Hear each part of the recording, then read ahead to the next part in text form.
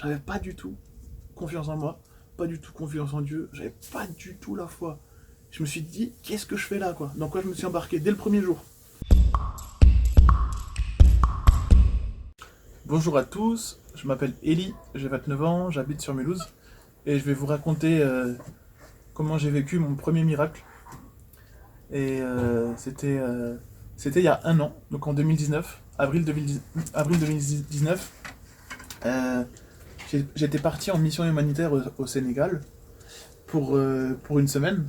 On a été amené dans la brousse, au fin fond du Sénégal. C'était limite le désert. Il y avait un petit village, très isolé. Pour vous expliquer à quel point c'est un village reculé, hein.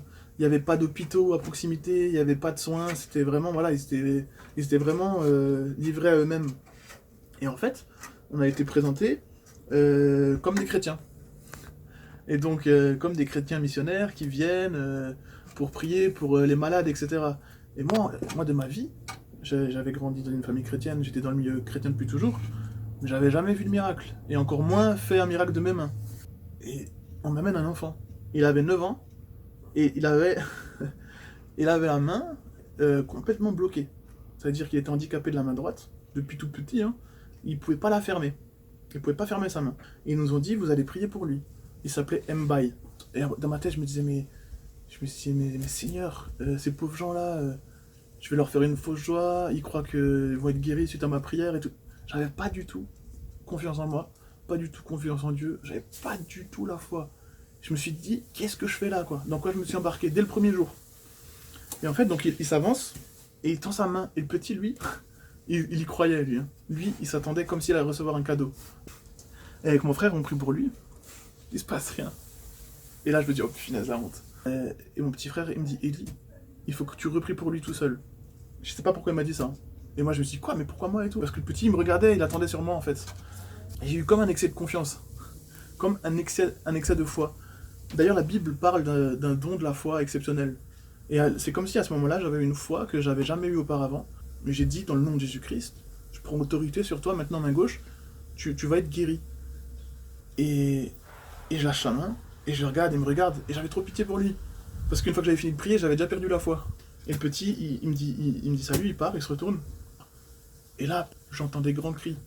Et je me retourne, et je vois en fait, il est guéri. Il a montré à ses potes, il a montré à ses parents, et tous les petits du village, ils sont arrivés. Il y a tout le village qui est arrivé.